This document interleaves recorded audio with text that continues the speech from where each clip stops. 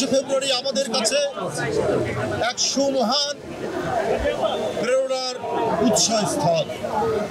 এদেশবাসী 21শে ফেব্রুয়ারিকে যেমন একদিকে দুঃখের দিন মনে করে, অন্যদিকে প্রেরণা।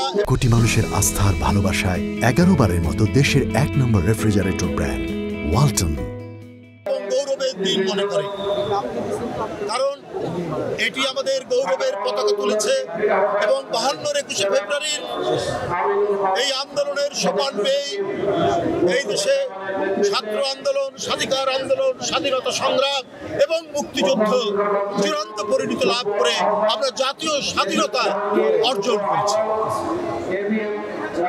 আমি তাই বলেছি, যুগে যুগে 21শে ফেব্রুয়ারি আমাদেরকে প্রেরণা দিয়েছে, আমাদেরকে উদ্বুদ্ধ করেছে, আমাদেরকে ফ্যাসিবাদের বিরুদ্ধে লড়াইয়ে রাস্তায় দাঁড়াতে সাহস জুগিয়েছে।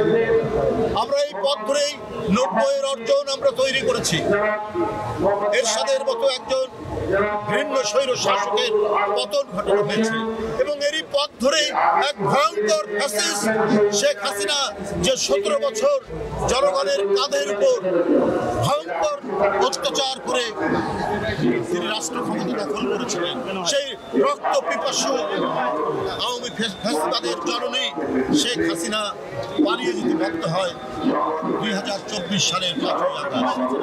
সুতরাং এগুলো সব কিছুতেই 21শে ফেব্রুয়ারি আমাদেরকে প্রেরণা জুগিয়েছে, আমাদেরকে উদ্বুদ্ধ করেছে, আমাদেরকে সংগ্রামের মধ্যে সামিল করেছে।